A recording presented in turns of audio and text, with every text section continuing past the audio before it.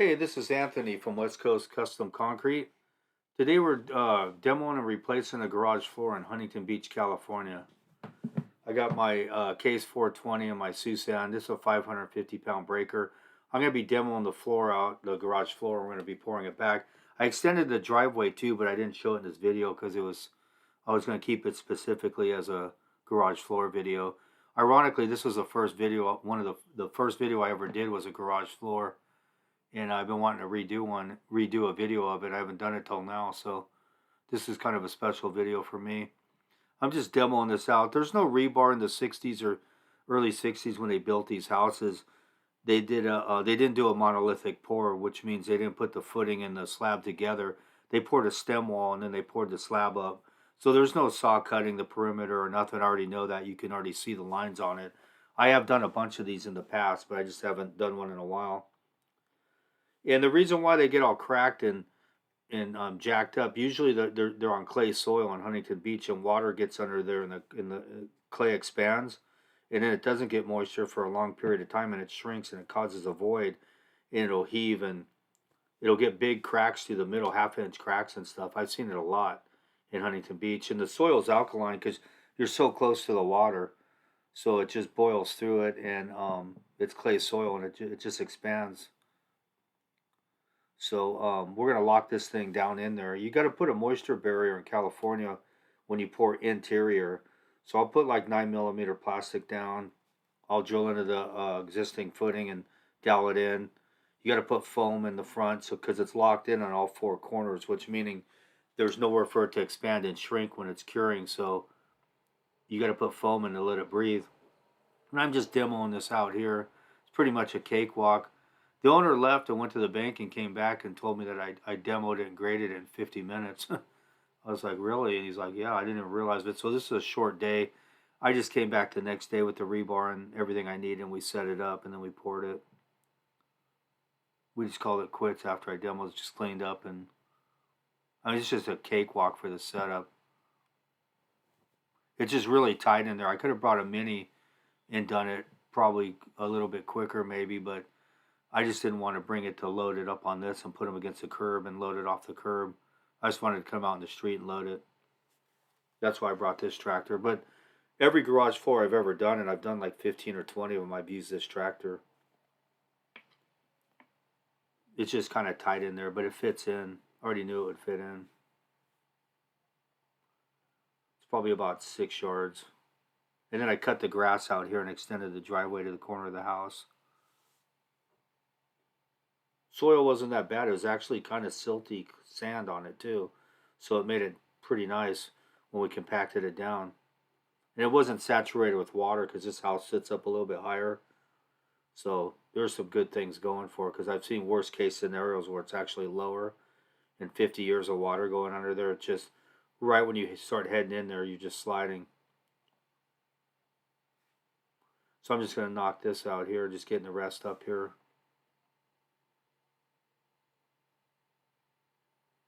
Just got to be careful not plowing into try and get it out of the corners.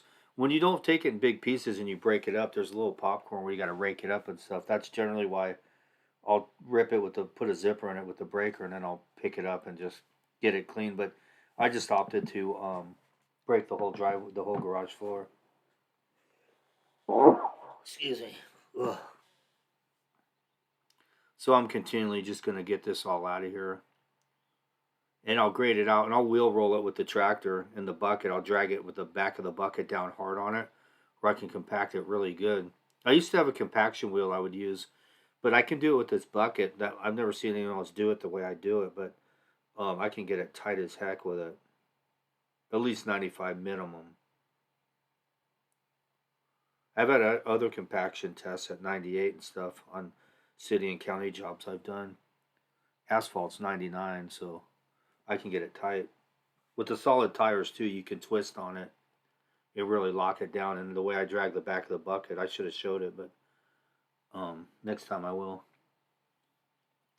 So we're just setting this up today. I got Milton and his son with me. Javier's got one of his own jobs going, so he sent me Milton and Milton Jr. So they're just setting string lines, and they're getting elevation with the dirt, the grade. So they're just gonna rod it. And we're going to compact this down with this. I wheel loaded it, or wheel rolled it with my tractor, and it was pretty tight. And we're going to key under the driveway to really lock it down. Milton's digging up underneath it, and the concrete will go up underneath it and lock it in. This garage floor will never move or shift or go anywhere. You can see that stem wall. We almost didn't drill into that back one, but we put them lower so it wouldn't interfere with the structure of the existing footing. And this is poor day. I got my Olin 545 with me. I'm using a 3000 straight cement microfiber, 2% polar set in it. It'll cook off in this enclosed area. Kind of a chilly day, I guess, for out here. Some people around the country can't relate to that, but for out here it is.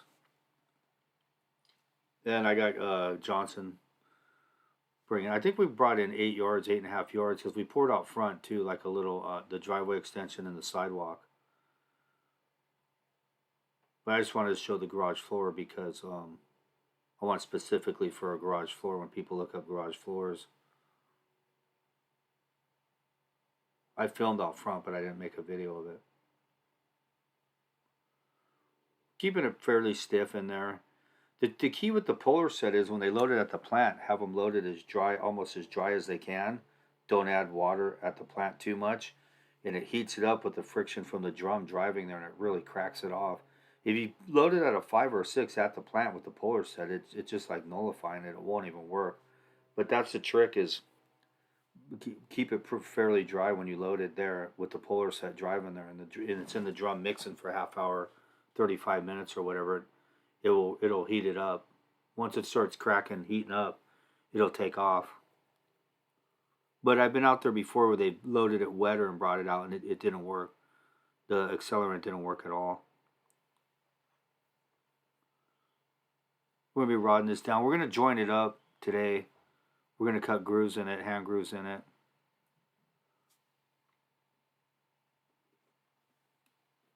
These are fairly easy too. They're just like a driveway. I mean, they're just pretty basic to do.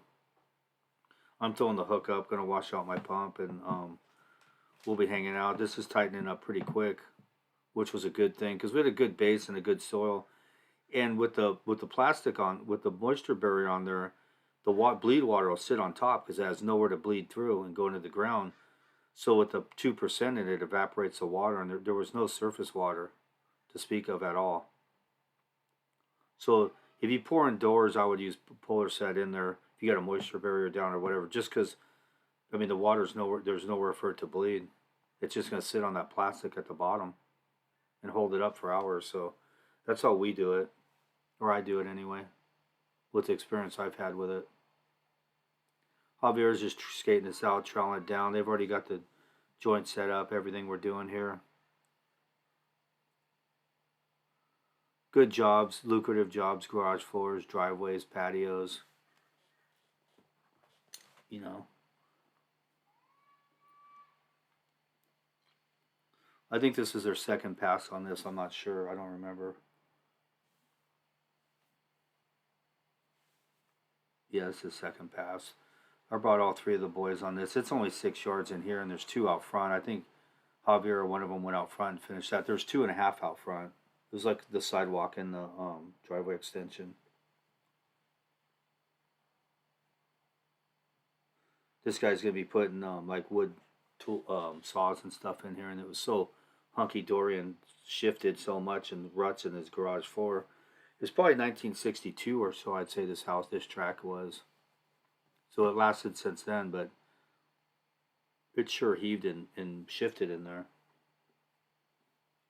But it's locked down with the footing now, and it's keyed up under the driveway, so there's nowhere for it to go. But always, if you're locked in all 4 corners, put expansion foam in somewhere in there. So when it shrinks and expands, it has a little room to move. There's a finished product right there. Another Best in the West. Thank you very much for watching.